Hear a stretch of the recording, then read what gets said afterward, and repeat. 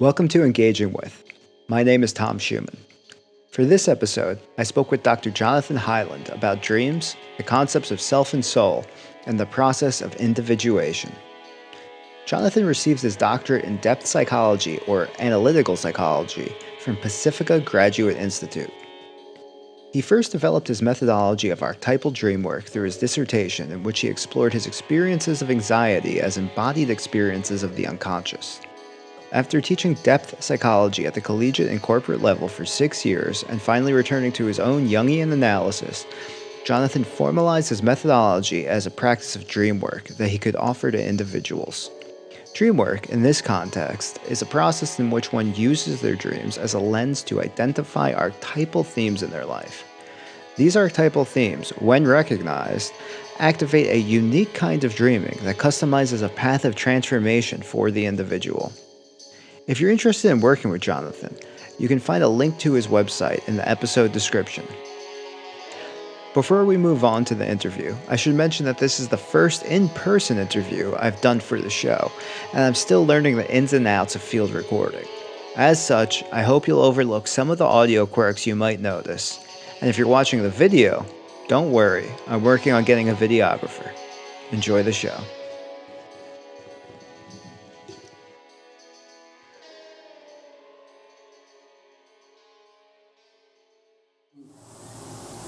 We might want to ease into that a little bit. I mean, I'm happy to just jump into the deep end, but it's a little bit. Well, can I tell you what I'd love to do? Is just throw a real curveball and ask what are dreams? Ah. So okay. How's that sound? Does that? We don't have to. No. I think that is an amazing question because no one really asks that. And I think that sort of sums it all up for me, because we wake up with this incredible imagery, and we don't think about it, or we don't question it, or it doesn't seem to have relevance or importance other than very strong dreams. And even that, it's like a gust of wind that you just are like, okay, and you go back. Yeah. And so in my opinion, dreams are the unconscious. They are the visible representation of our invisible experience, that we are immersed in an invisible experience. Like, just from a neuroscientific, perspective, we're not looking out of our eyes. Light's only going in. I mean, as far as I know, but so we are really, immersed in this sort of non-physical, invisible experience. We're going to another world every night, kind of, internally. Yeah, I mean, I don't know if I would say, we're going into a different subjectivity, a different thought process, a different, something that's counter to us as to what we think. We're going into the other mind, right? So for Jung, he uses the word unconscious, but really what he's saying is soul. And what he's saying about soul is that it's our other mind. It's a mind that's autonomous to us. It's independent. Mm. And so we're going into that, and we're witnessing it. It's rubbing up against us. We're interacting with it. And that does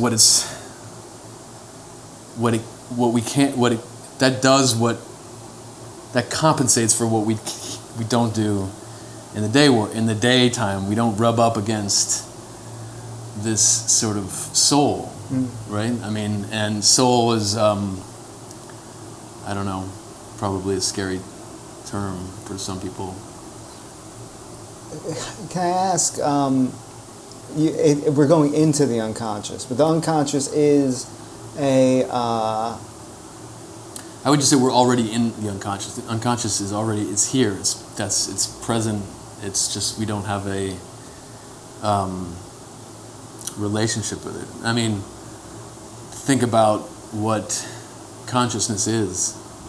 I'm aware of you. You're aware of me. But that's all we know. Yeah. Right. But somehow there's this holographic, interpersonal, like, exchange, and all I do is see you. Mm-hmm. But I'm not conscious of the fact that I create you. I'm projecting onto you. Yeah. You are a blank canvas. And so dreams, in a way, make that, personify that. They dramatize that. So, if I'm understanding correctly, we are always in contact with the unconscious, and that it's influencing our waking subjective experience. But when we're sleeping and dreaming, we're interfacing with it directly. Yeah, I mean, I think it's more indirectly because if we directly would be pretty wild. It would be pretty like dreams are pretty wild. Lucid dreaming can be like, to me, there's a spectrum of dreams from lucid, from sort of typical dreams where you're witnessing more, to lucid, having some agency, and then out of body experiences, which are just in a category of their own. This like astral, they say, people say astral projection to designate that place. So when we're lucid dreaming, so to me, I've had maybe one or two experiences of becoming aware that I was dreaming in a dream. That feels more like having one's own waking conscious in the dream, where I'm gathering the surroundings in the dream are the unconscious. Maybe not directly, but that's what it's built of. But in a typical dream where your thought process, your in some ways your personality is all altered. Is the point that is you, the point that is experiencing the dream, is that a version of the conscious or the unconscious?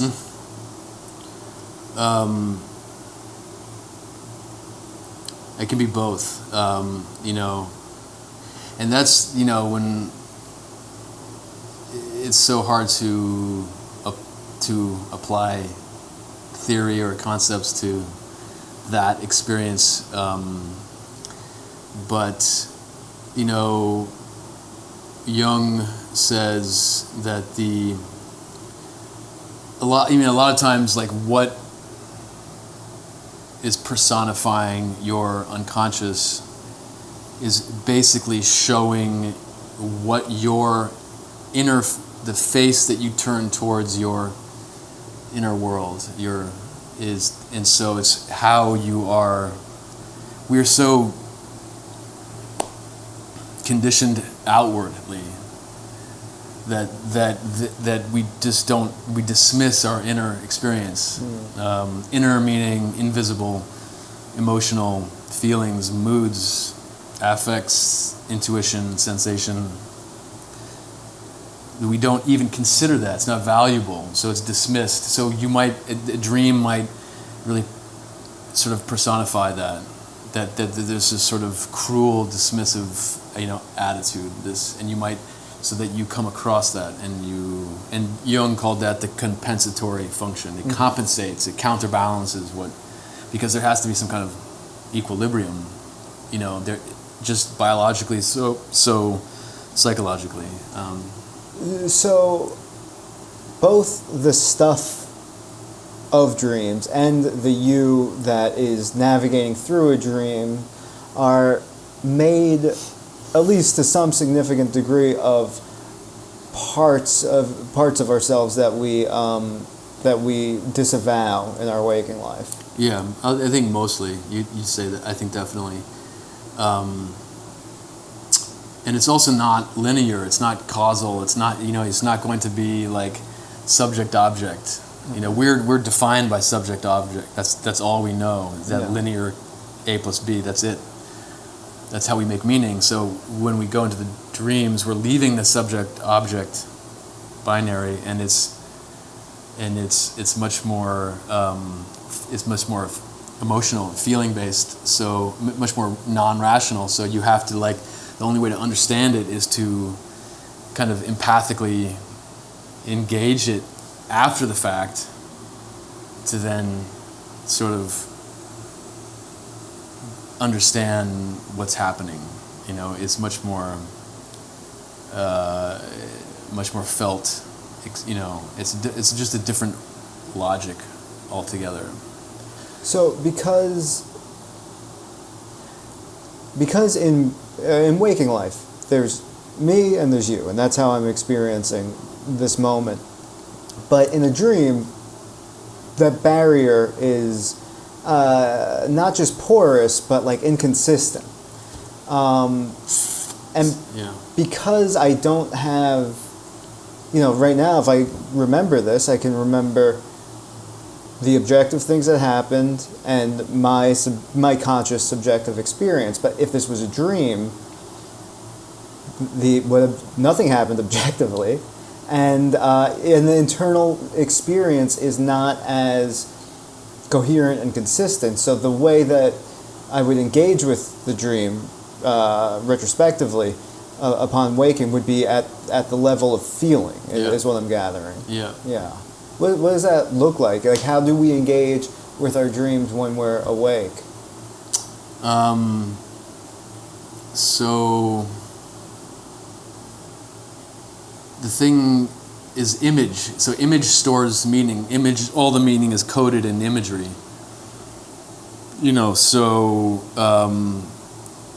For example, if you wake up, if you wake up with a dream and there's a tree there, what I usually do is commit that tree to memory, because it's sort of sucking in all the meaning, in a sense, and codifying it in a way that makes sense for me. So when I come back after the coffee, after the meeting, whatever, and you're like, the tree, and then suddenly you kind of fall into that non-rational meaning. Yeah. And it's very visual, at least for me. And so the same thing happens for dream work. For me, is that I basically, and Freud was very specific about saying you have to work with the segments of the dream. You can't work with the dream as a whole. Mm-hmm. Because there's so much encoded into each image that you have to just you take one image, one branch, and then that's coming out of I'm like taking a rib out of you, and I say, tell me about what is this rib? What's happening with this rib? What's the meaning there? What does it remind you of? What does it evoke? And so then suddenly you have 3 frames of the film right there, just of the narrative, and that can go, and that's crazy because it's a totally kind of fractal narrative or a matrix in which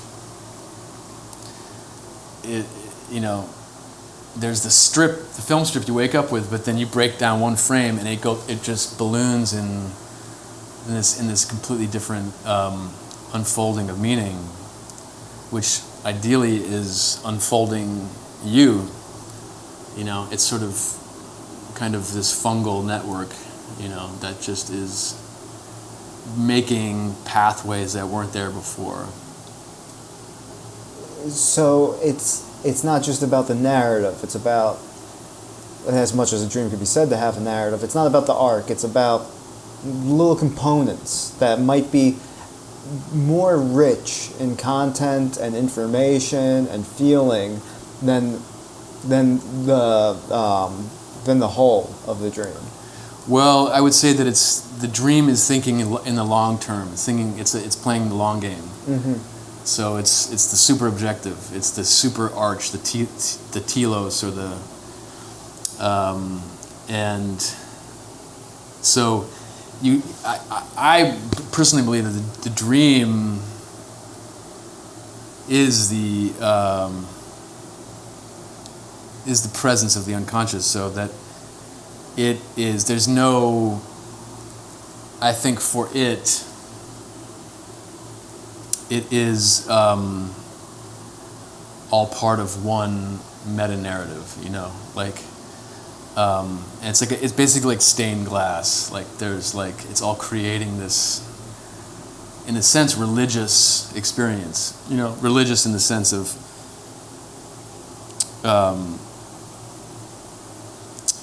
the instinct for the spiritual, and religion being a sense of, from the Latin, whatever, linking back, connecting back to a source, or, but that there was a kind of religious function or instinct in the psyche, and that it's trying to get you to interact with it, and so there's a lot. Well, I have, that kind of meta-narrative. Is that kind of where Jung's idea of working with series of dreams? Okay, so the self is the meta-narrative. Okay. That's what I would say. That's the best way to. So is the self different from soul? Well, the soul, I would say, is the psyche, and the self is the embodiment of the soul. Okay. So there's this sort of, we're all born with this sort of soul hardware, but it's up to you, each individual, to internalize and personalize that, and to activate it or realize it. I think realizing it, Jung uses that word a lot. It's like, or Lacan uses this, that the unrealized. So the self is the unrealized. Or no, the soul is the unrealized, the self is the realized. So the soul is like just the psychic energy that is us. The self is the parts that can organize itself into a person. Exactly, yeah. Okay. But a psychic person, a yes, psychic individual, not the ego. There's a sort of, in very simplistic terms, you got the ego and you got the unconscious, and when you bring them together, that's the sort of real actualization of the self. And so that when they're fully come together, that's the self. There's no ego. There's no unconscious. And the process that for, in a Jungian sense, the process that affects that is individuation. So individuation is moving from ego to self? Yeah, it's ego becoming the self. And what is ego then? So ego, the best way to say ego means I. Okay. It means I in Latin. It means, when they say it in German, they say the I. So it's the I, it's the you, the me. Yeah. The time space you, the okay. personal you. What the function of awareness, that I'm, consciousness is always consciousness of something. Right? So it's me being aware of you, being conscious of you. That's the ego. Okay. All right.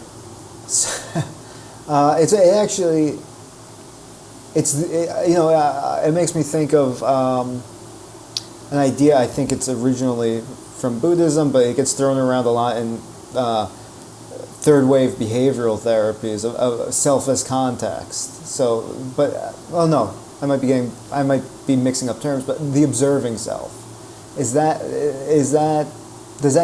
term sound right for the ego or the I? Yeah. I mean, yeah, exactly. It's sort of, there is, yeah, right, there's some part of us that's witnessing, editing, that's kind of aware of how this is going, Okay. And I think that... So part of it is evaluating. Yeah, judging. Yeah. It's... But the self... Yeah, I mean, on a deeper level, I do think that the self is in a sense present as well, like that it's observing. There's a sort of being seen by something, and I think that, so the observing self, I think, is related to that in a sense but it's maybe trapped. Okay. Right, because we are aware that we're observing ourselves, but we don't do much with it. Yeah. But I think that if we made ourselves conscious of that would be a kind of it's sort of a moment of individuation. How and why does one individuate?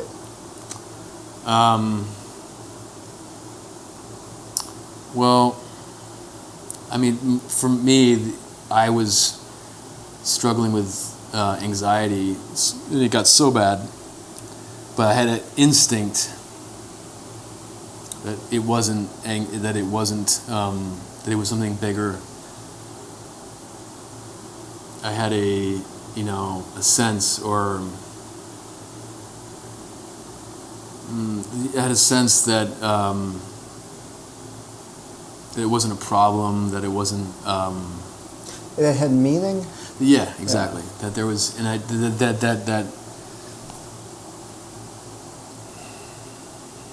it needed...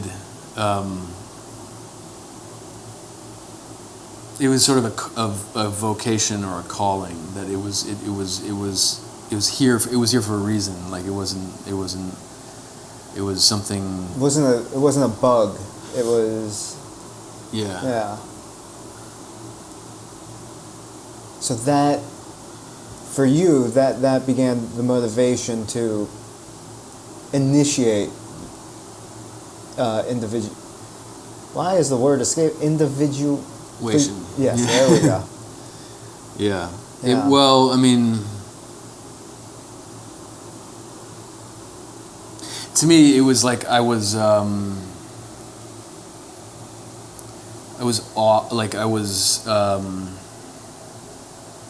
off track. I was lost. I was, and it was there. Like the anxiety showed up as a way that to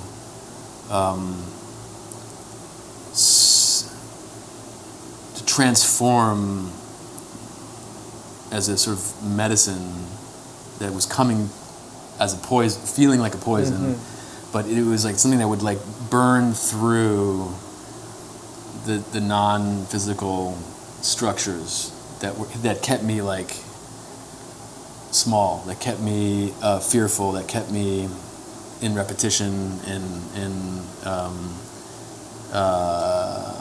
sort of trapped. I had all these like it was very OCD. I was very superstitious. I was very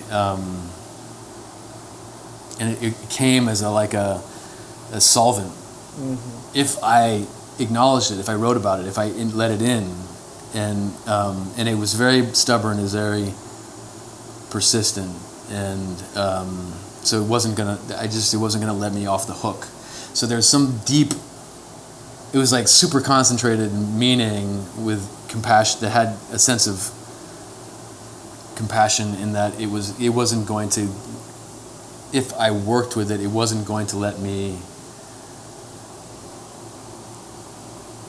settle or become stagnant or and because when you're left with meaning being just what you see around you, that can be pretty suffocating. Like, how is this going to change?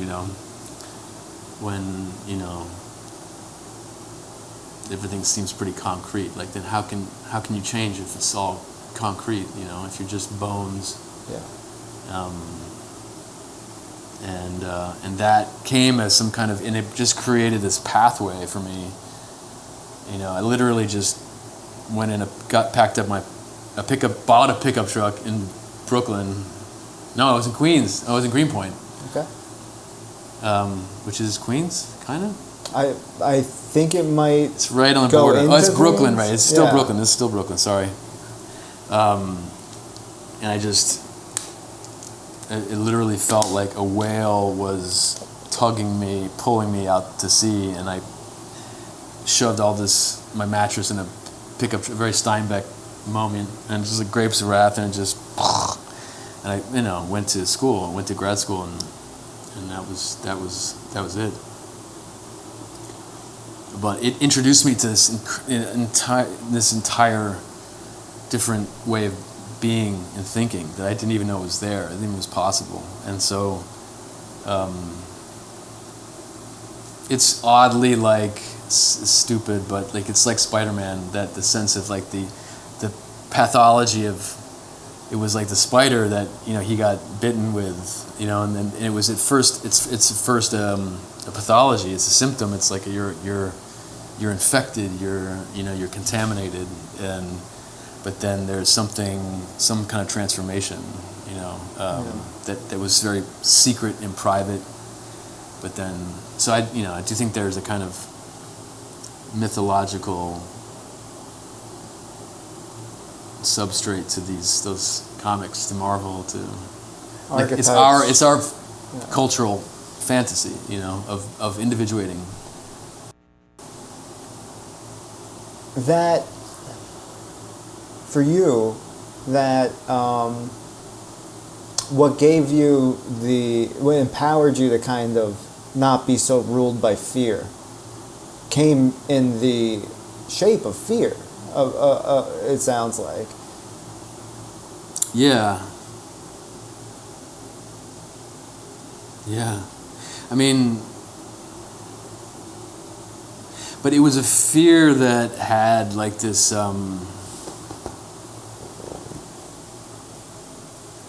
It was like a fear that I trusted somehow, or it was like a fear.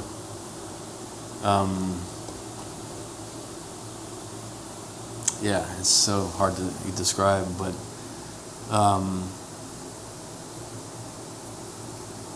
the fear was like,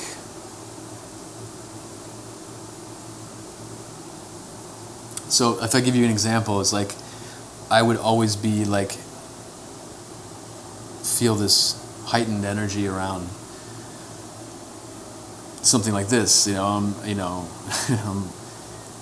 it's still present, but in saying, in beginnings and ends, in greetings and goodbyes and anything performative. Anything that's a big production. Right, a performance, yeah. Right? And so it would feel like I was walking a tightrope, and it was like Operation, the game. Remember, if you touch the sides, it was so it had to be perfect. And so the fear was more of this like, heightened energy, and then so I wouldn't even say that it was like. I mean, it was sort of like vertigo in a way, because there is the desire to fall as much as there is the fear of falling. Yeah, get it over with. Yeah. Yeah. And so it's more of, I wouldn't say it's exactly fear.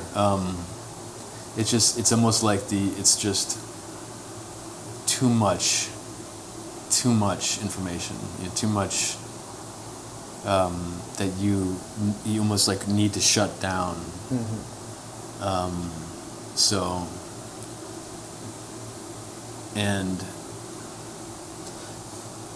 But the function, if I'm understanding, is almost to turn that up, so to make you deal with it from this internal part of you. Well,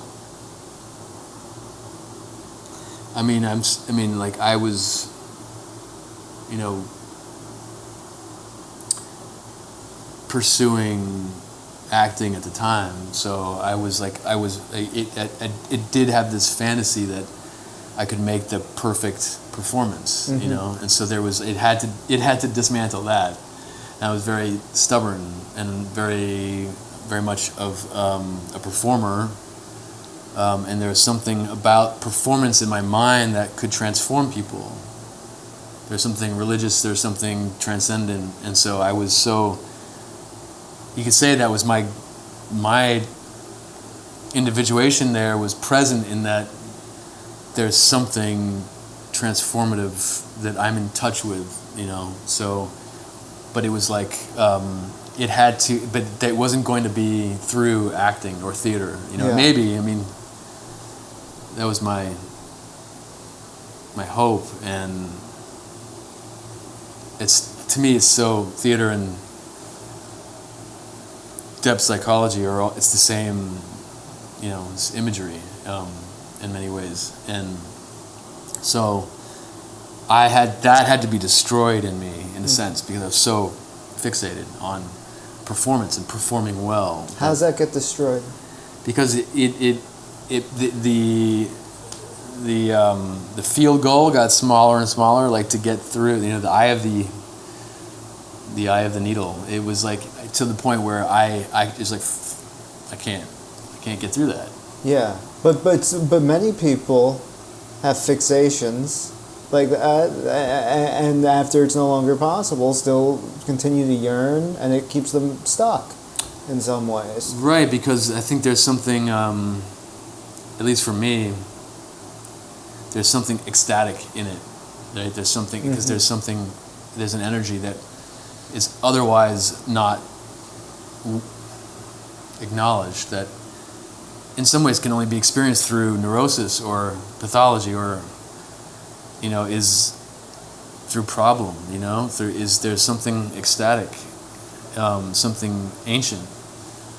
So I think there's this belief that you can live with it, and you can, but it requires that you change, and so people don't know how to change. I think I didn't know how to change until I started reading Jung, and I was like, this is like a different language. It was like hieroglyphics, and it was so beautiful to me that, but I didn't even understand it, but I knew that it wasn't what I was reading or thinking with, you know, it was something different. So I just was like, I'm gonna study this language.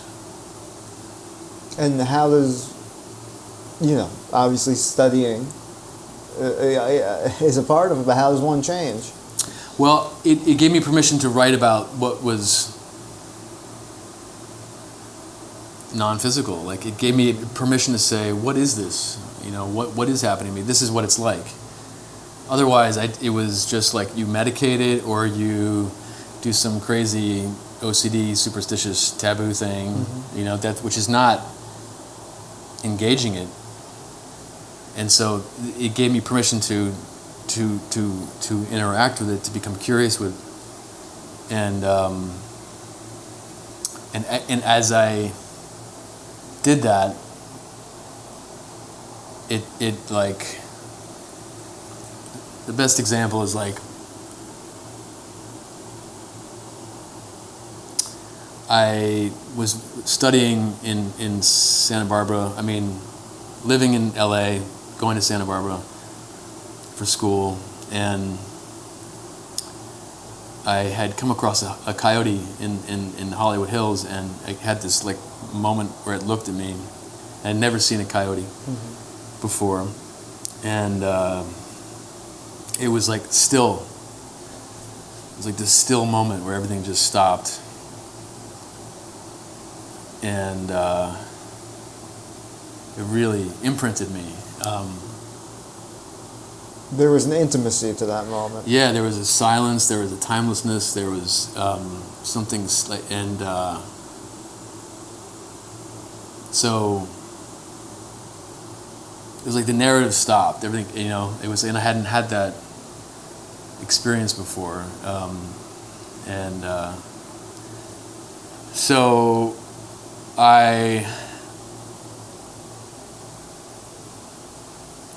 I remember I went in college. I had this course on the trickster, and it was a teacher was Lewis Hyde. He's authority on the trickster figure in Native American and mythology, and he read a story about a coyote, and it always stayed with me, and it was like it was coyote, and I just had this image, and in that moment, the coyote in the Hollywood Hills merged with the coyote. It became, and so I emailed him and found out where did he get that. He read it to us in class one day, and so I emailed him and said, where did that come from? And he said, actually, I read that out of this, the direct translation that day, not out of my book that he had written. Just happened to read it out of this direct translation of this tribe in Idaho, the Nez Perce. I don't know how to say it. And so I read this. So I went and found the story in the LA Public Library, and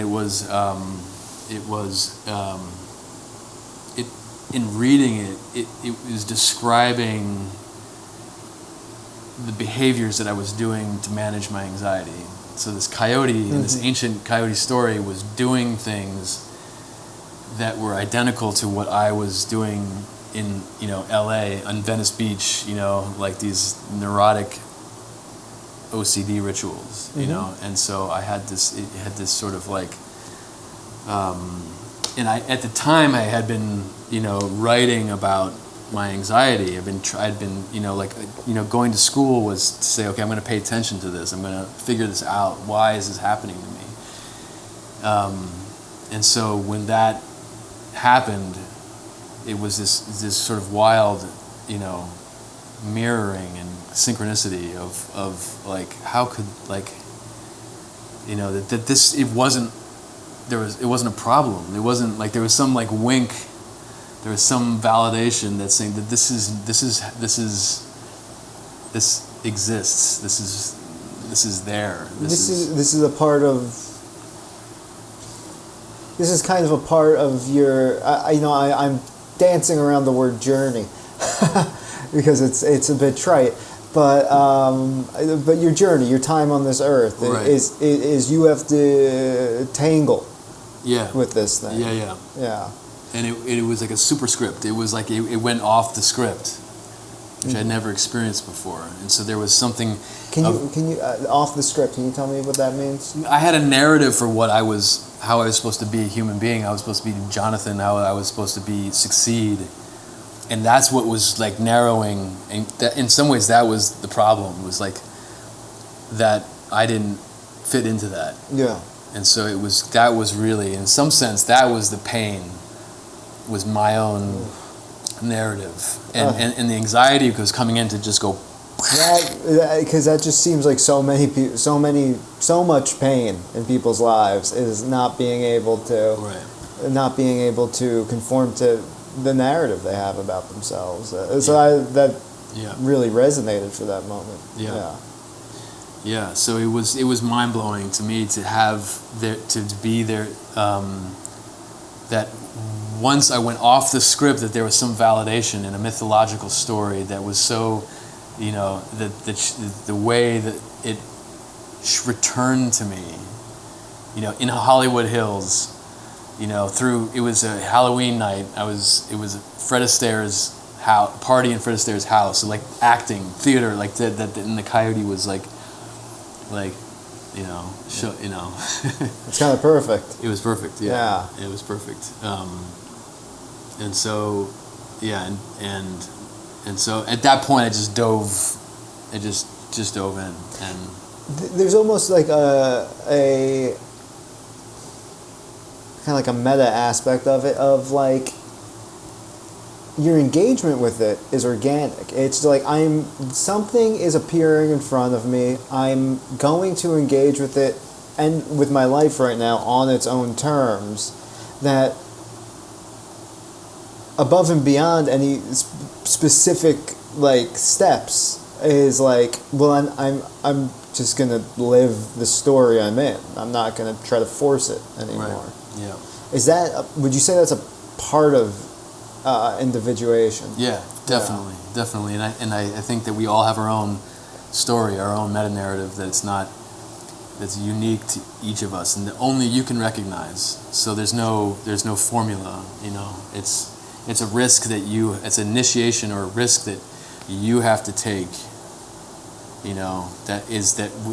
That kind of initiates yourself into a deeper, experience. So how does one? I guess the answer would be just kind of you keep your eyes open. How does one? I think you got to feel pretty uncomfortable in your life. I mean, if you're not, then why change? Yeah. That's pretty Freudian, right? It's just like you lower the pain. If you need to, There needs to be some irregularity for you to figure out the shape of the thing. Right. Yeah. Yeah. I mean, so I don't think I don't know. I don't think it happens for everybody. Yeah. But many people suffer and don't individuate, don't really come to a place of I'm almost hesitant because I think often there's growth with suffering. I'm biased because I'm working usually with people who are engaged in making that growth out of suffering. So, take that for what it's worth. But I have, the assumption is a lot of people suffer and just suffer. How might controlling for external circumstances and basic needs, how might one initiate the process of individuation? I think it initiates you. Yeah. It comes to you, and it's whether you recognize it or not. Yeah. I don't think it's something that you can kind of I don't think it's a self-starting thing. Can you make yourself more receptive to it? I think so. I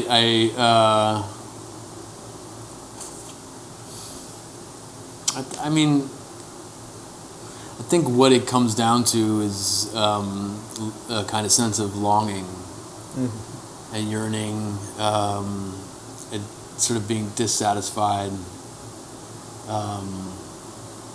I think that's the requirement, is a sort of a real, you're not satisfied. This is not enough, Well, that's great news for anyone listening who feels that way, because it's, guess what? You've done one of the prereqs. Yeah. Yeah. Exactly, yeah. Yeah. Yeah, I think. So, is it okay to ask more about the Coyote? Yeah. So, engaging with that myth, did the themes of the stories give you any insight on how to engage with your own anxiety, with your own Coyote? Yeah.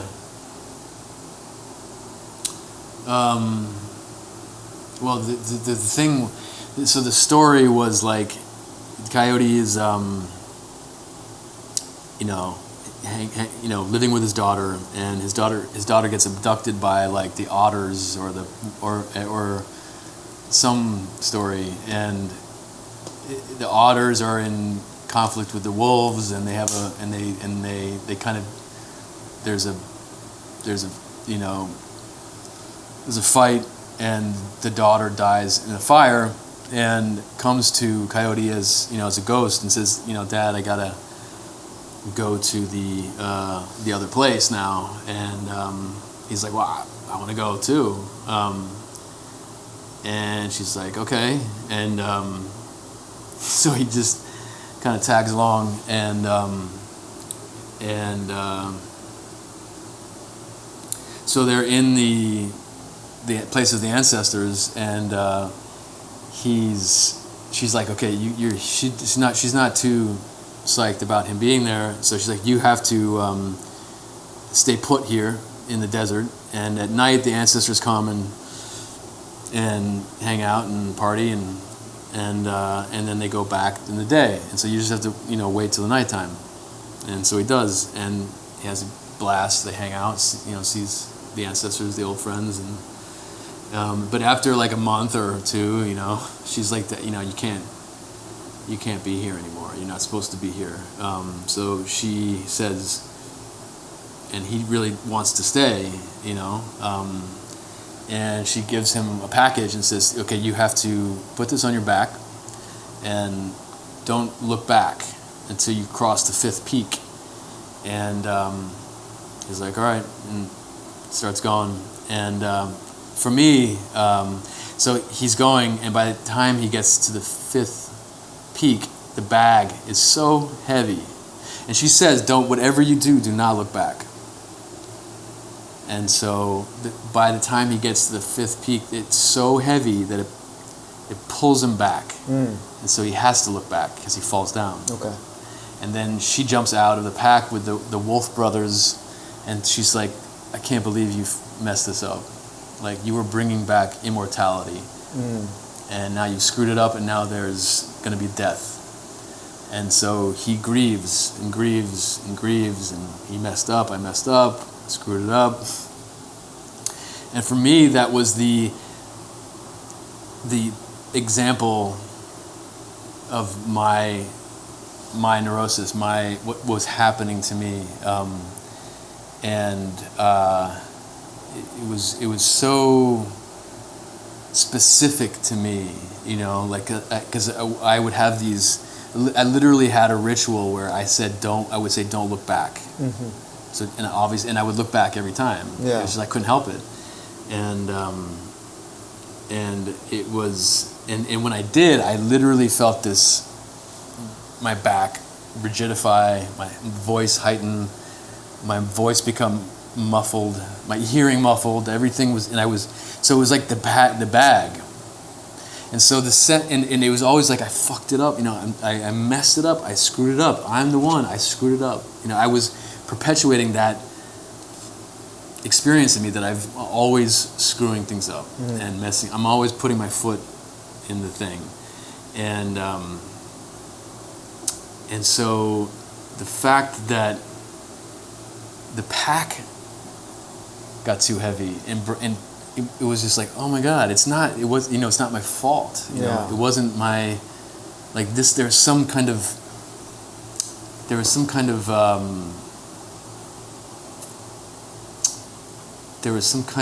path, you know, there was some kind of calling, there was some kind of individuation, there was some kind of arc in that, you know, that it was grounding me, it was calling me in, it was, you know.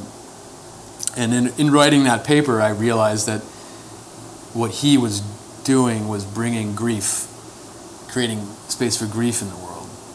And so it was like this, I was like, you know, he didn't mess up. There was no messing up. There was just this space that was created for grief. And so, you know, so for me, like, the bag pulling it down, you know, pulling him back, it's sort of like this a moment for me of realizing that I could trust what was happening to me. You know, that it was beyond bad or good. Now, And if it's okay to ask, these were obsessive compulsive symptoms that. Yeah, That's definitely. how it was manifesting Definitely. for you. Yeah. And for you, part of what resolved that was almost saying like, I'm not bad Right. for even engaging in the compulsion. Right. Yeah. I'm enacting something that needs to be. I didn't have permission. I didn't have any kind of cultural container that said it's okay to delve into this powerful energy, you know. And there's an intelligence. I mean, that's what, to me, like the bag pulling him down is to say that there was an intelligence in it. There was an autonomy within the complex, within the symptom. There was an image, an intelligence, an otherness. And like that was like all I needed to know. Like, oh shit, that confirmed my instinct that this wasn't a problem, that this was something happening to me. This was some kind of initiation into some different kind of human experience. And it was such a, and it was like, that's all I needed. So, and that gave me the confidence and the malleability to be with the problem, you know, to work with the problem. So every time it kept up, it was just like, okay, here it is again. But what if I just describe it now instead of, you know, write a paper about it, you know, like, and then when I would write about it, it would lead to different, it itself would connect to different theories, and it started to guide me. It was like the pack was unpacking. It was like the Wolf Brothers were coming out and guiding me, you know, through it, you know, not my intellect, but, you know, something else. So, to just bring it to the moment to moment for a moment. Yeah. When you're working through this process and you're still experiencing the cycle of obsession, compulsion, you have the thought, you have the intrusive thought, don't look back. At that moment, do you say, well, I'm not going to look back, I'm going to explore this feeling? Or do you say, I'm going to look back and then I'm going to explore this feeling? Or just knowing that, or just engaging with that process differently, did it disintegrate the compulsion? Over time, yeah. Over time. Yeah, But was there a, you know, because traditionally you work with compulsions with response prevention, preventing the compulsion. Was there an element of that, or was it like, let myself do it, I'm just going to engage with it differently? I'm definitely of the let me just do it, you know, variety. So I'd rather take the risk and have the consequences than not know, you know. And so like I was of the look back. I would look back. I would be like, what is this, you know? And then I was in this other place, meaning I was literally in the kind of, in a way, I was like in the place of the ancestors in a sense, because I was like, I couldn't participate in my everyday reality, so I had to do something, which was write about it. Yeah. The only thing I could do was write. And then that slowly I wrote myself out of it, you know, and because there was no managing it, you know, there's no managing it. There's no, you know, there's only the kind of drinking your own Kool-Aid kind of thing, and at least for me, and maybe not everyone has to, you know, take such a big dose, you know, but I kind of realized that it was like it had to get me where I needed to go, and it for that it had to be pervasive for me. There needed to be, I don't want to use, you know, I don't want to bring things too far to the ground, but you know, there needed to be personality change. Yeah. You needed to become a new person, Right. for whom that intrusive thought doesn't demand as much. Yeah. And yeah, for whom that intrusive thought doesn't need to be as persuasive. Yeah. And that it is, in the end, it does end up turning into kind of a navigational system where I can feel it when I'm off my own path. Like it's very active when I'm off my magnetic, path. So if I'm, it speaks to me in a way that when I know I'm like, all right, I shouldn't be here right now, or I shouldn't talk to that person, or I shouldn't do this thing. It doesn't come from a place of anxiety and dread anymore. It's more just like an internal compass. It does when it needs to. Okay. I mean, for me, like, because we get lazy and we drift, and sometimes it needs to be really. You need to be. I would have to be in a place of real pain and despair, like to be, to realize that was the only thing that was going to mobilize me, was that level. Yeah. But yeah, it shape-shifted. It was no longer anxiety so much, It's more, there's an alarm aspect to it, but it's not. Yeah, it's like it's not as punishing, it sounds it's like. more ethical. It's more like this is beneath you, or this is dangerous for you, or you can do better than this. Not in a grandiose moral way, or a moral sense, but more of like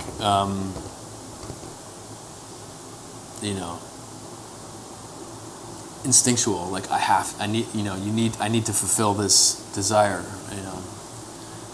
And what role do dreams play in that process?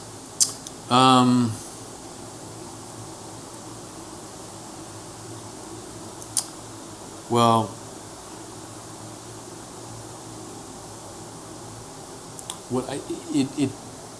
it's funny because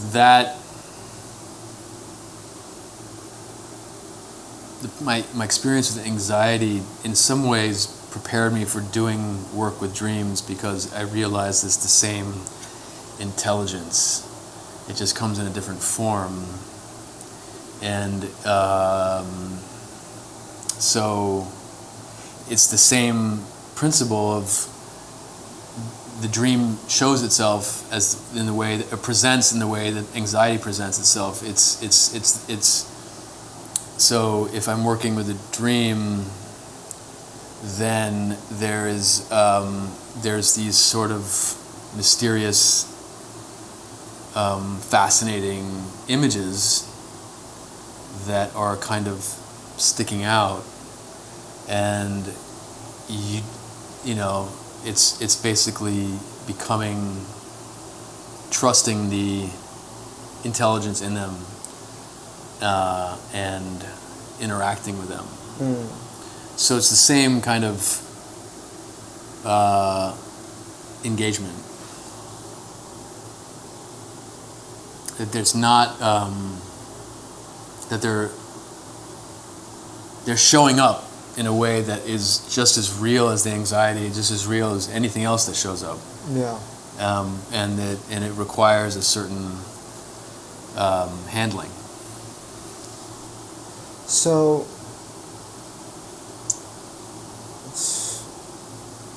it's giving the elements of your dreams the benefit of the doubt, saying, I'm assuming this is something. It has meaning, yeah. Meaning, and I can. It is almost benevolent to me, even if it's scary and right. disturbing. Yeah. And I need to. What do you do with that? Because my understanding is Jung would interpret it in a kind of more tethered, associative way than a Freudian would. But then, with the post-Jungian tradition, or with like Hillman and stuff, there is that very confusing, just kind of like you're living that dream, like. So, from your perspective, like, is it an interpretive process, or is it more of a? Oh, well, I guess the alternative I don't understand enough to frame as a question.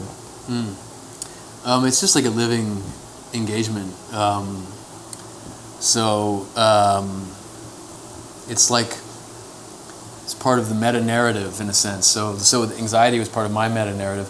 So the dreams are it's the same territory. So there's the sense that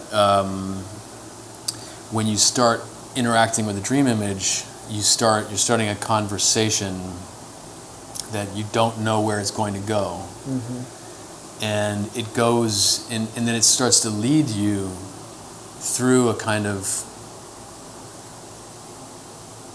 dialectic that could only have happened by that marriage of the two. Okay. And it starts to make connections, associative connections, that aren't causal, that are not linear, that are unique to the person dreaming. Yeah. And that allows for the energy to move, right? In a Freudian sense, that's what was happening, was there was a pain or a kind of trauma that is sort of stuck and is threatening to the ego. So the dream is this benevolent instinct interacting with the ego to smuggle that energy through consciousness. Okay. And in so doing, change the nature of consciousness. So, is it like the dream, and the dream, the unconscious is saying to the ego, I know you need some of this, but it's threatening to you. So I know this is going to hurt. Yeah, but you need it. This is your medicine. Yeah. And so the thing is to trust what happens in the dream dialectic, in the image and consciousness dialectic, because it won't seem right. It'll seem wrong, but it's showing up nonetheless. It's going down a certain pathway, and it's trusting that, because no, that doesn't make sense. That's not, how could that be? Oh no, I don't know why I'm, because you often hear people say, I don't know why I'm thinking. I don't know why this is coming to me now. They're like, that's the unconscious intelligence that it's like, it's not straightforward. Yeah. And for me, I just learning to continue to soften my rational mind to be able to trust that nonlinear trajectory, and it just every time goes to the right place.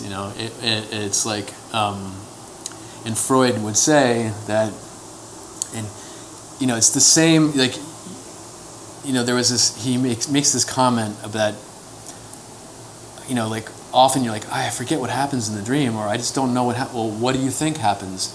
And that's what sort of Freud would resume the dream, and people would sort of poo-poo that, because that's not like, that would just be making something up. Yeah. But it's the same mechanism, right? It's the associations are the same associations that are happening in the dream, in the dream work, in the dream thinking that the unconscious is going, in the dream work is what Freud called that whole process, that the dream thought. The way the unconscious makes the dream. Exactly. Yeah. Sorry. Yeah, exactly.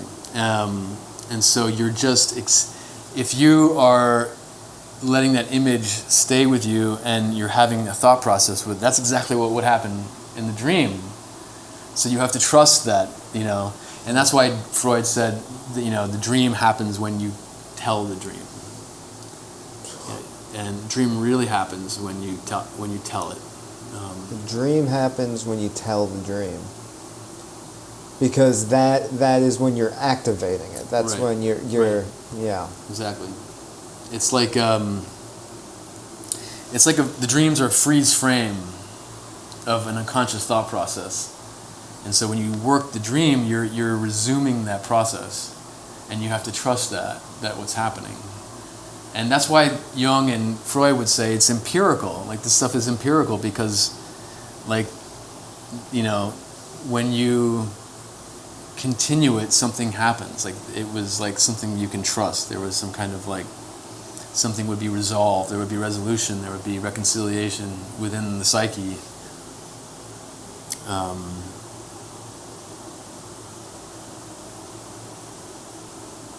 Yeah. Do you think, because from my understanding is the difference between Freud and Jung as far as dreams is Freud thought dreams were the way they were because the unconscious was trying to hide the latent content, the true meaning of it. Whereas Jung was like, no, that's just the language dreams speak. It's trying to tell you. It just doesn't talk like you. Well, I think Freud didn't. I think Freud said that it's really the ego that's hiding that. Is resisting that, is rather than the unconscious is the unconscious. I think Freud was more believed that the unconscious is telling the truth. It's it's not lying. The ego is lying. It's distorting it. Yeah. Exactly. So when someone individuates, do they have an ego, or are they all self? When I guess it's a process. Exactly. Yeah. I wanted to clarify that the self is a process. It is the ongoing, never-ending process, and there's no arrival.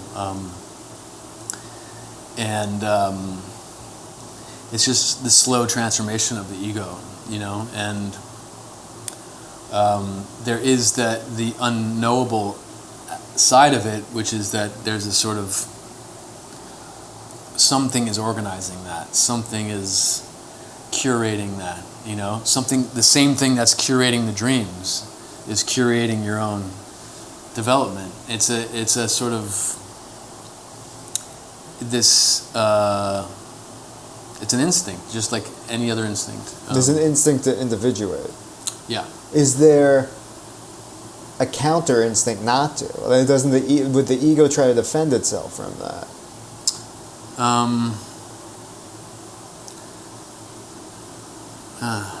don't know.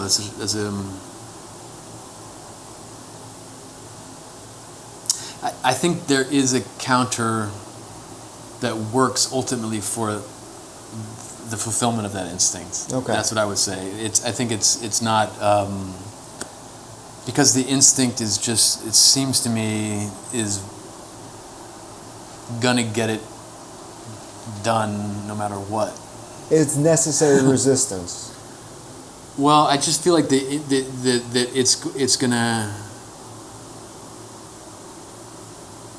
it's gonna take place regardless of it being destructive or creative, and that the destructive aspect is in some ways a way to hasten the process, I think.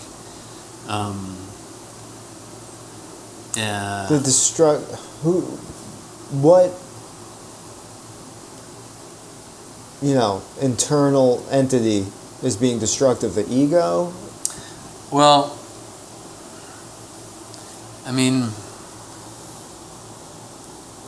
so, Jung talks about the anima and the animus as being personifications of the soul. It'll come in a masculine or feminine form, and that there is this side of the soul that has a dark side that it wants to kind of devour you Yeah. in a sense. It wants just you. And that's kind of a way to understand narcissism in a way. There is a kind of narcissistic dimension to the unconscious,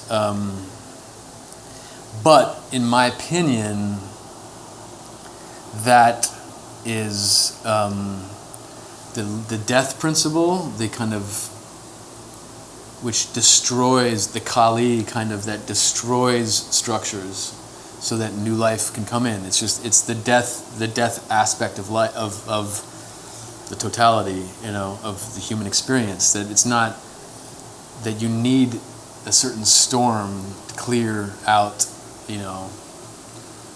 the debris, and so I think that, and then I think the idea is that if you can sort of meet that, interact with that, then that creates a transformation, because it's kind of two opposites coming together that create a third.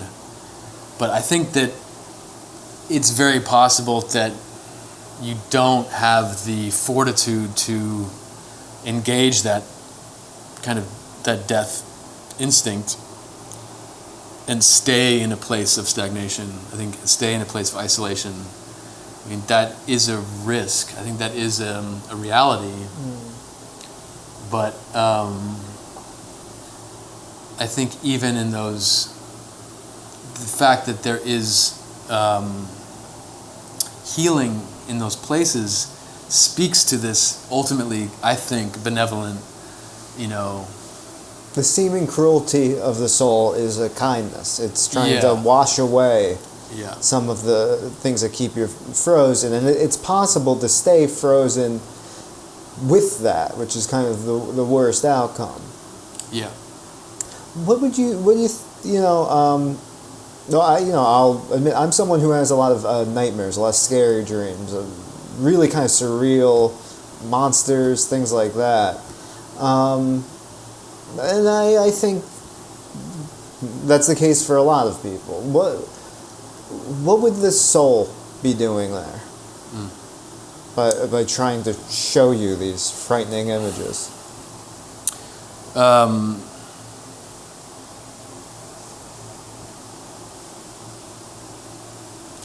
Do you want to share one? Sure. I'll tell you one I had maybe 2 years ago. I was at my mom's house, and I was looking out the back door, glass back door, and I'm looking to the left, not very far off, and there's my mother's dog, and there's this giant spider near the dog. I mean, larger than the dog, and it's a large dog.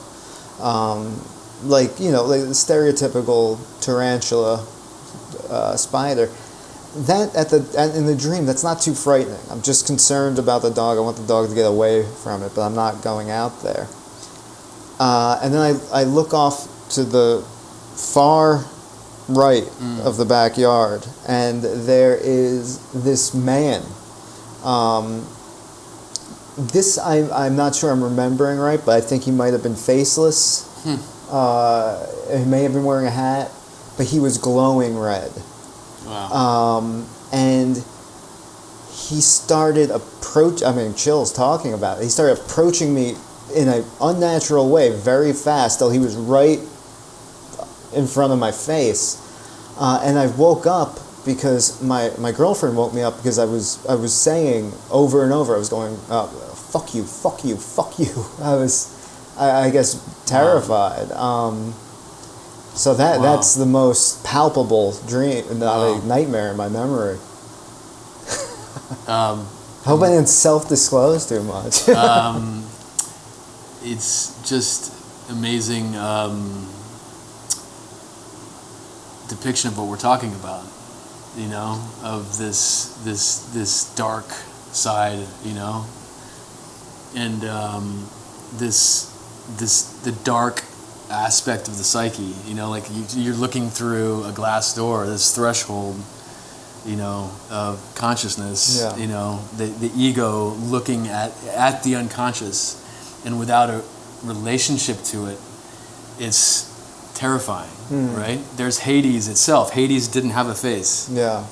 Oh, is that? Yeah. Oh, wow. Hades it's amazing, right? So that there's a mythological truth to the unconscious. There's a sort of timelessness that's showing up in these images, and the door, I would say, is equivalent to his face, right? This is like, those are I would sort of put those side by side, and that's interesting that in the dog and the spider on the left and he's on the right. Yeah. So in that, when Jung talks about animals being the sort of theriomorphic, meaning that this is the sort of undeveloped parts of your psyche, that are showing up in a kind of in-between form, in animal form, because they're undeveloped in you. So this, the dog, did you recognize the dog? Yeah, it's my mother's dog. That she currently has? Yes. Okay. Yeah. And the spider was exactly where?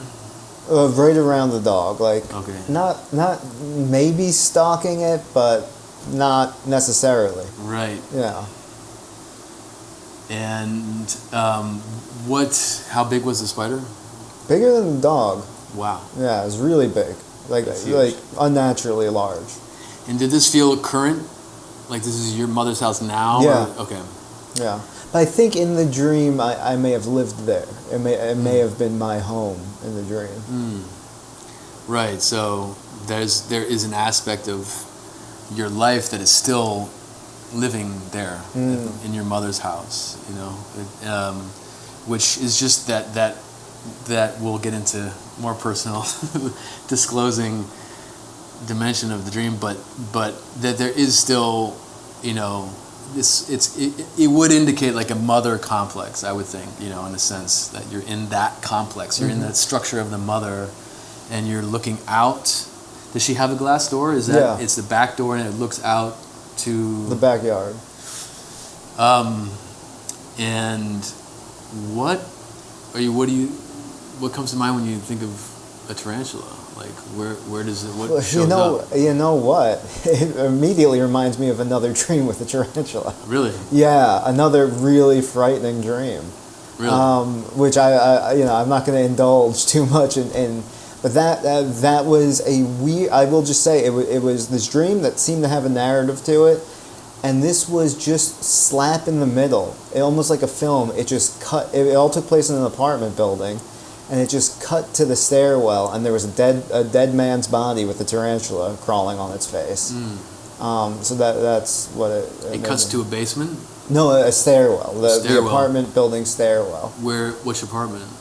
It's a fictional one. Does it seem familiar at all? No, I would say it's in New York City, probably Brooklyn, which is where my parents are from. Okay. Yeah. Wow. And is it dead? Did you recognize the man at all? No, he didn't seem familiar. Didn't look like me. He was a blonde guy, if I remember correctly. Okay. Yeah. And when you think about the stairwell, does that evoke anything to you? I kind of dig stairwells. Why? I don't know. It's like a cool,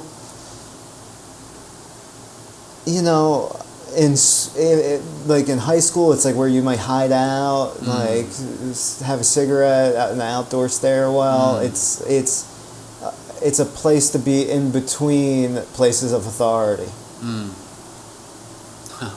So I think that there's a sense of there's something, right? You think how your unconscious is putting those dreams side by side. It's linking them as if the spider is walking between them on a web, and so you're in this mother complex within you, this lingering structure within you that informs how you perceive. And it's interesting because in both dreams there's a relationship to a man.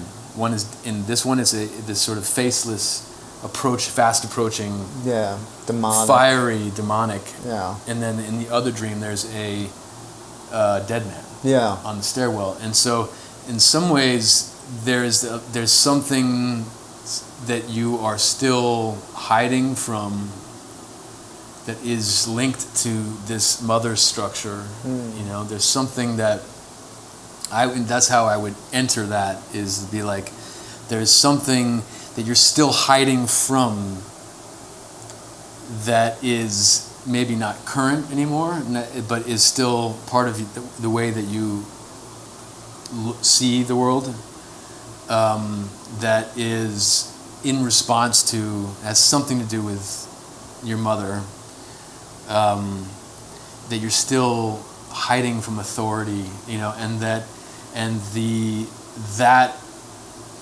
in a sense, the way I would continue to work with that dream is to say that there is something of your authority that is disowned and is coming at you, you know, and is It's brutal. Yeah, I mean, that's sort of how I would begin, but that's just... Yeah. Wow. And to me, that's a good example of what we're talking about, is that when that's the individuation process, that's the instinct saying it needs to be worked with. Like, it needs your participation. Like, you're still hiding on some level. There's still something that's rebellious, that's saying fuck you to authority, that likes that hiding place, that is, you know, what you call the puer, the Peter Pan, that, you know, wants to stay, you know, kind of, but rooted in that is you're safe in some ways, and the puer is safe in that mother complex, you know, looking out. But the dream says you're not. You can't hide here anymore. Exactly. Yeah. It's routing you out. You know, it's like, and so that when you wake up with that, like, it's in your body now. Yeah. Right. The imagery are now in your body, so that now you're more sensitive to, more attuned to, like, when you're hiding from yourself. Right. And that's not, you know, it's not saying that you have a mother complex, or it, you know, it's just saying that there's something that you're hiding has something to do with your mother, or how your relationship with your mother, or what your mother provided for you, or you know, you could go 1,000 different ways, you know, and that's just also how you internalize something from your childhood, you know, that is unresolved, and still, and then you know, the spider not only is stalking the dog, but it's stalking you, your consciousness, the part that's undeveloped, but it's also going to that other dream. Yeah. So you start to see that spider as the anima, in a way, the undeveloped anima, which is the part of you that's the archetype of life, right? That's what, it's the weaver, you know,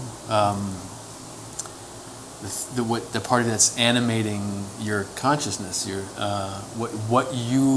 your narratives, what you perceive, how you see. Yeah. So, yeah. So, in the other way, you could say is that that's how you view your inner world. It's dangerous in there. It's like the emotion is there.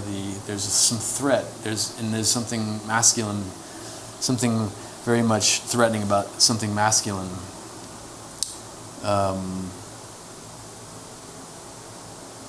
And it's. But there's also compassion too. You're worried about the dog.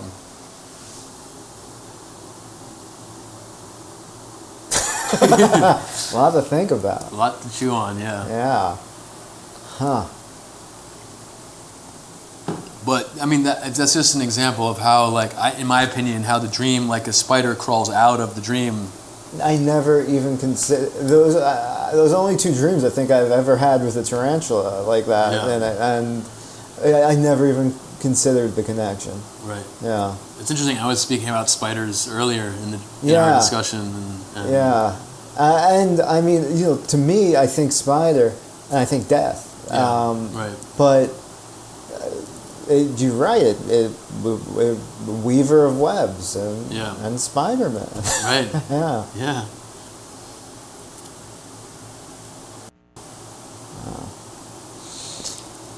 We could go for a little while longer if you'd like. We could. I'm happy to do an epilogue. That seemed like just a graceful moment, but I'm happy to keep talking if there's many more. I guess there is the.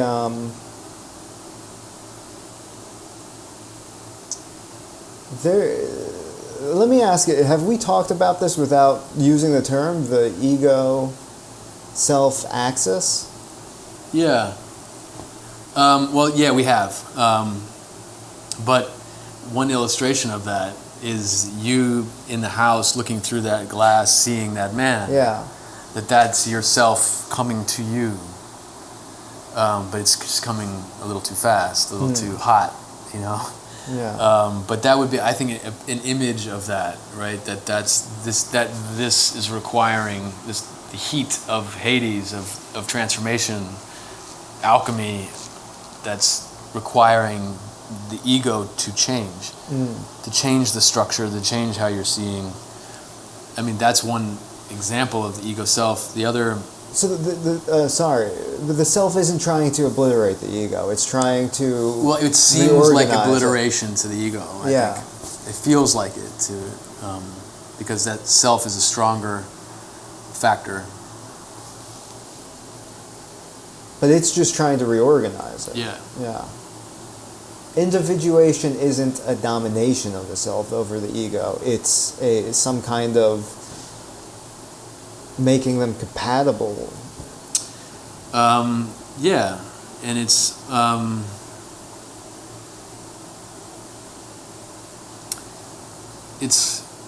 your own becoming. It's your own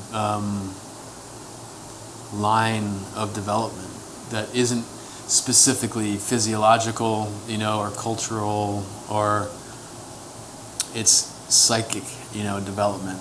Yeah. Which is, pretty uncharted territory, right? Which is why it would be so terrifying, because there's nothing, you don't have the lines for how do you develop your personality, how does your personality change, what happens. I thought I was just me, I thought I was just, thought it was pretty straightforward, you just go to work or win or fail or. But I'm actually in this wrestling match, or collaborative process, probably somewhere in between, with these different parts of myself. Yeah. Yeah. Yeah. Yeah.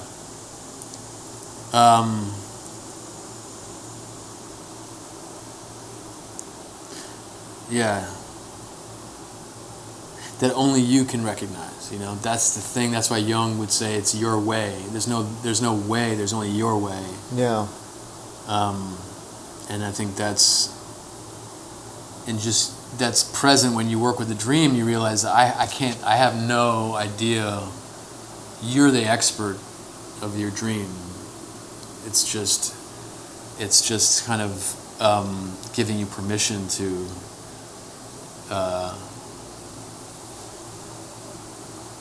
Active to flex that expertise,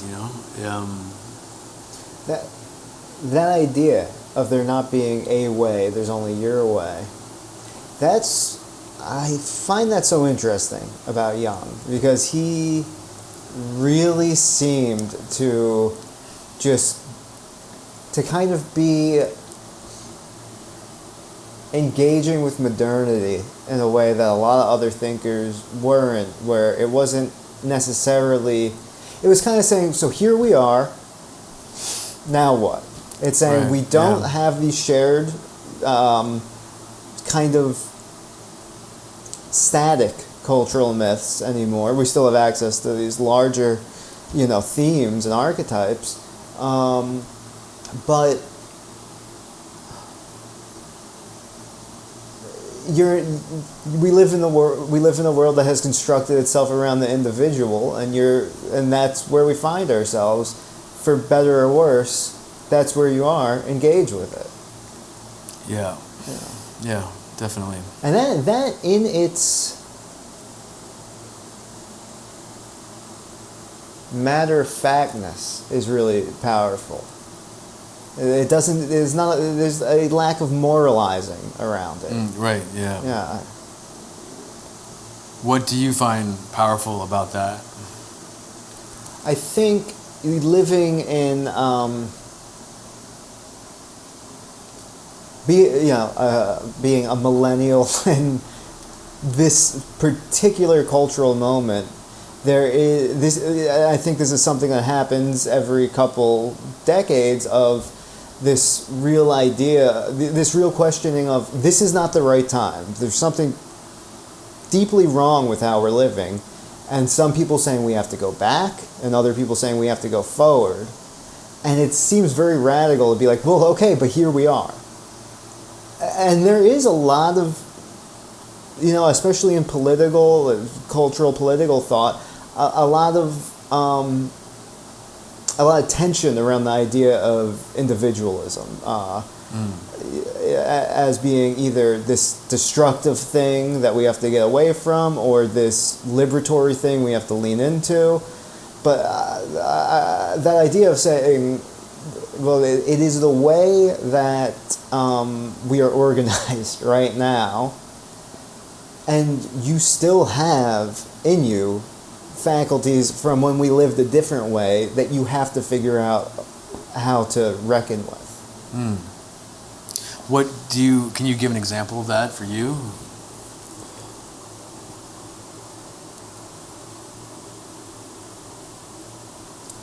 Well, I think because we're bringing it to the concrete, I'm being a little bit more careful with self-disclosure, but I would say, in the past couple of years, trying to make sense of culture and politics and the way the world is, a lot of just the consensus and assumptions that me and people I grew up with kind of all, you just take as a given. It seems like there's a lot of questioning, and so there is that idea of like, oh, is something deeply, deeply wrong, and you can really, and I've certainly agonized about that, and being like, well, what's my place in the world? I think I have a pretty altruistic job where I help people at the individual level, but socially, how would I make this a better world, and what would that mean? What does a better world look like? Does it look like the past or the future? And what are the values that are important to that? And they're seeing the power of how I'm interpreting the way Jung engaged with the time he lived in, is it being like, okay, sure, but you can't escape from the time you live in now, and you have to live on its terms, at the very least on a psychic level of maybe this kind of hyper individualism is tough. We don't have the same ties to community. There is a loneliness to this time that a lot of people have pointed out, but rather than despair in that, see what kind of life you can have right now. What you still have capacity. You still have access to all this richness. Yeah. That is going to take the shape of whatever context it's in.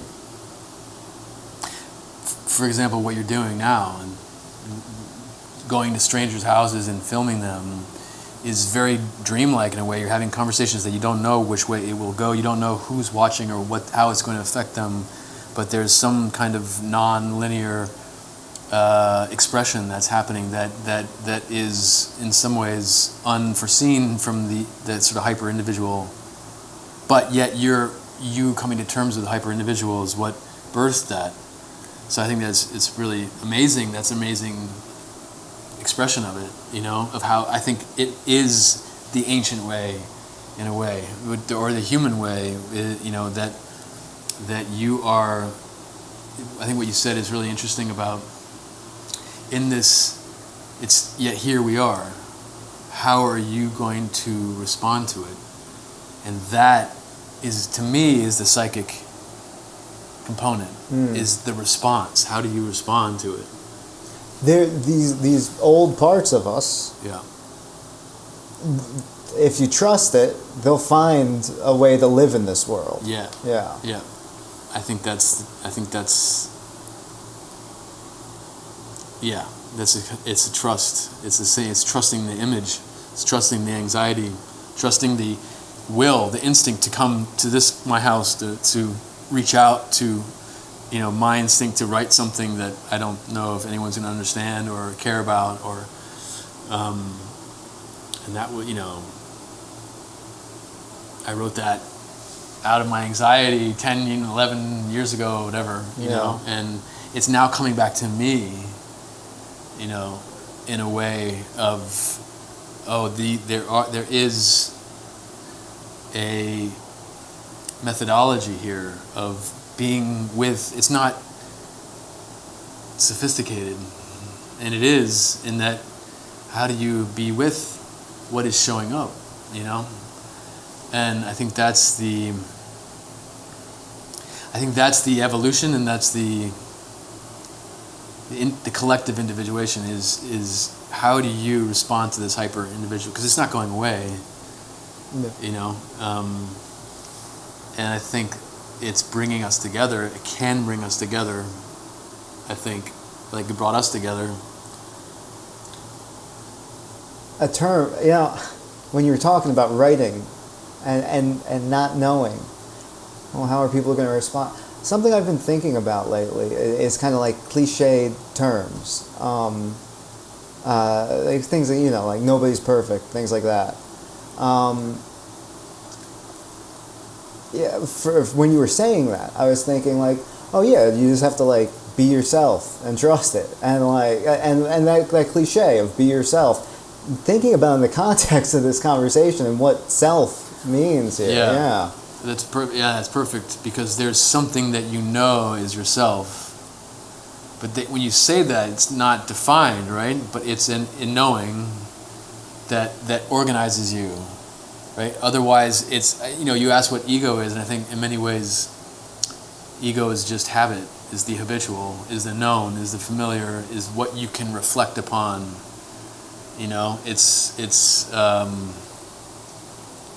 So it's the center of consciousness, but the consciousness is what you're aware of in this moment.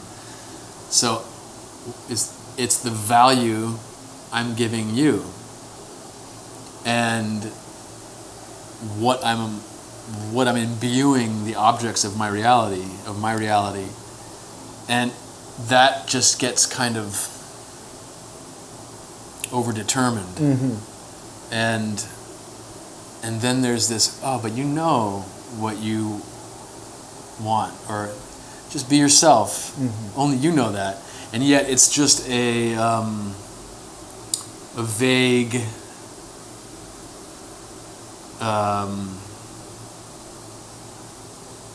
intuition, right? It's like you know what the form is. Of yourself. Right. But part of the, I mean, because we wouldn't have the term "be yourself" if it wasn't something you had to remind people. And I think shame is a part of what that whole idea is. If I say this, are people going to think I'm ridiculous? Are people not going to understand it?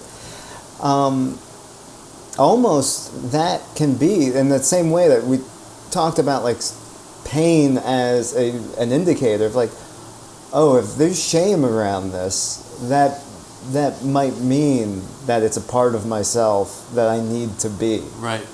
Yeah. Yeah, that's a beautiful, I think, expression of shame is just this is personal, this is vulnerable, this is private, this is meaningful, this is human, this is sacred. I think shame connects to the sacred. And Hillman had some comment about shame being like a culture is what holds us together, you know. Like he talked about the story of an individual taking advantage of a younger woman, and that the older women in the tribe just publicly shamed this man every time he walked down the street. And it was a way of, like, bringing him into alignment. Okay, yeah. You know, it's kind of I'm not remembering a lot of it, but the idea that was not okay, that's not appropriate, and that the older women kind of bearing down on this man until he was, like, I don't know, like, until it was sort of processed. Yeah. You know? And that kept the community together in a way. Like, you can't do that. Yeah. You know? And you can't get away with that. And this sort of, like, this sort of solvent that in some ways is because he is part of the community, so he has to come atone for that, and so it's a way of binding that it's not rejecting him, not necessarily punishing him, but, like, he has to take responsibility for that. You know? Shaming is different from shunning. Yeah. So when we feel shame about something about ourselves, it might mean it's something we need to integrate. Yeah. Not pull in its raw, form, but figure out a way for it to live in the tribe of the ego. Yeah. There's some part of you that is really sacredly that's there, that is wounded and has to be brought in. I feel like I think that's the sense of it.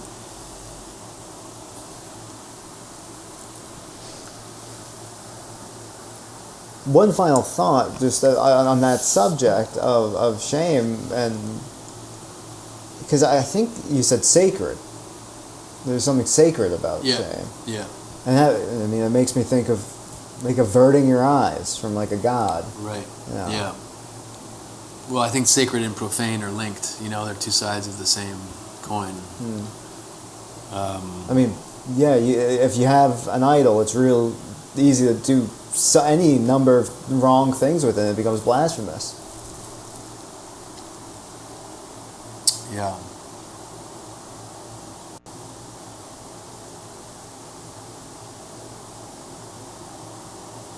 That was kind of a random thought I had. I don't know that it organically fit in with what we were saying. Yeah, I the sacred, and the profane and taboo, I think they're all sort of when something sacred is unconscious, and so it's profane. It becomes stigmatized or demonized, or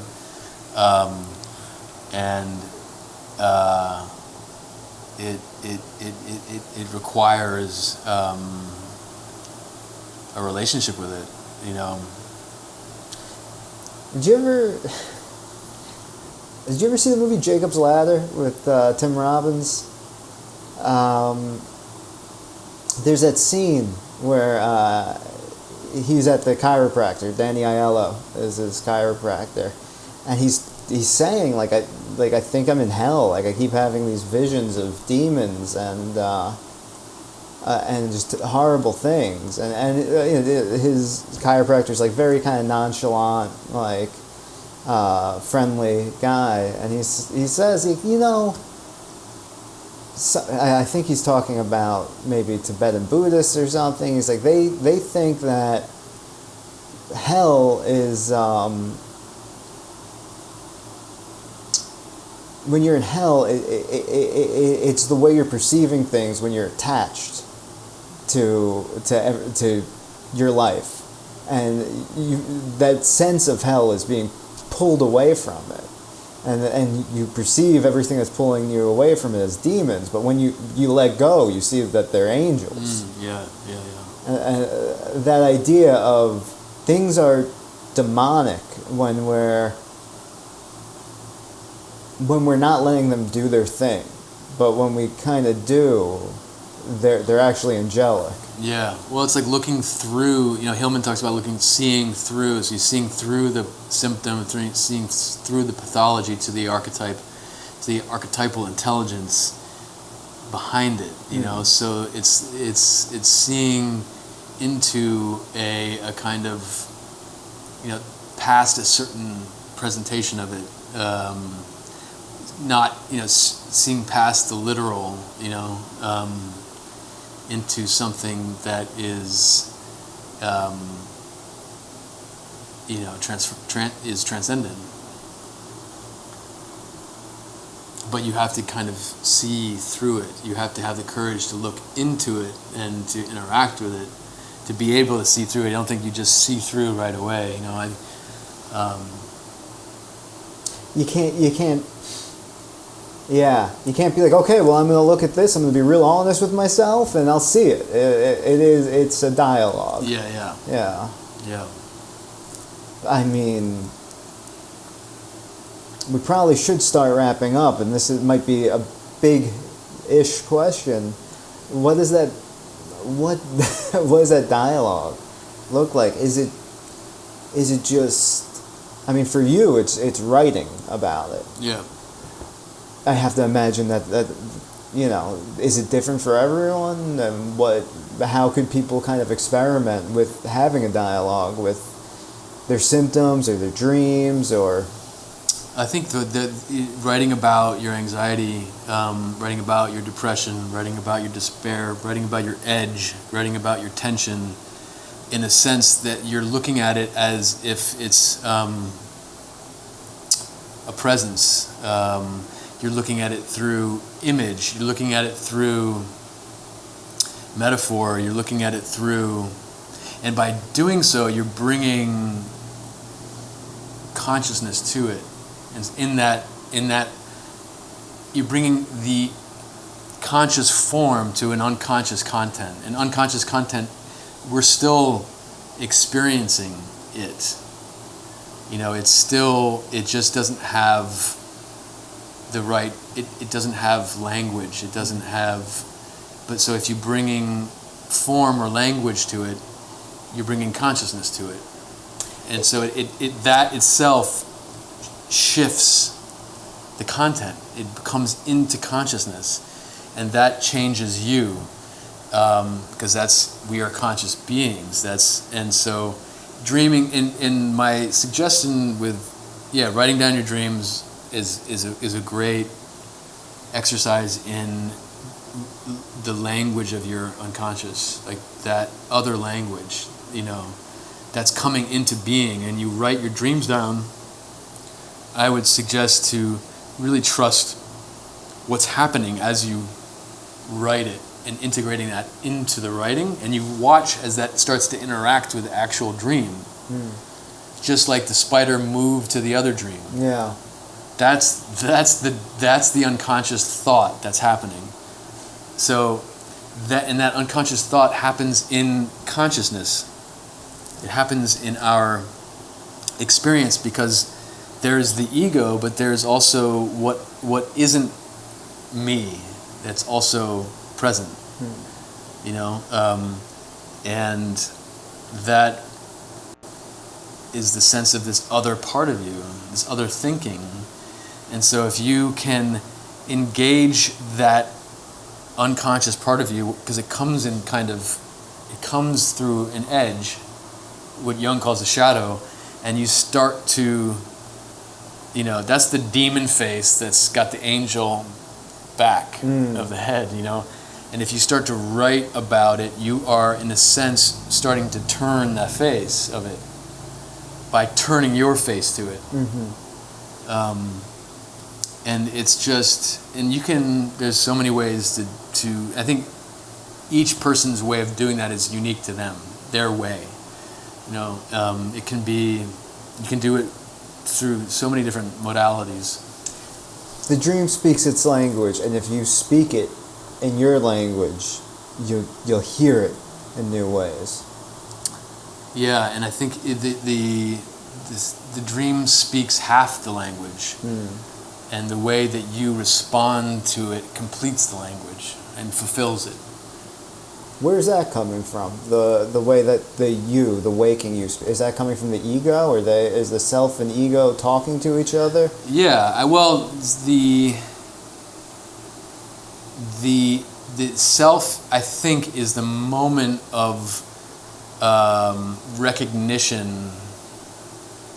Like the ego turns to something unconscious, something strange in themselves, and in the moment, because of that impulse to turn towards it, that content changes and shifts, and there's some moment of realization. That's the self, you know. That is, to me, the self is a string of realizations. It's a braided, you know, path of realization that, you know, when you look back, you see its mark. You know, you see its path, and but in the moment, it's just these moments of, you know, revelation. The ego is like the self's project. Yeah. We are like the ourselves project. Yeah. Yeah. That's fascinating. Wow. That seems like a good one. Yeah, yeah.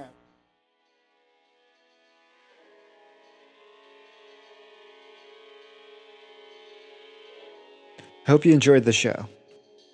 If you did, please like and subscribe. And if you're listening on a podcast app, please leave a rating. It helps a lot. Thanks.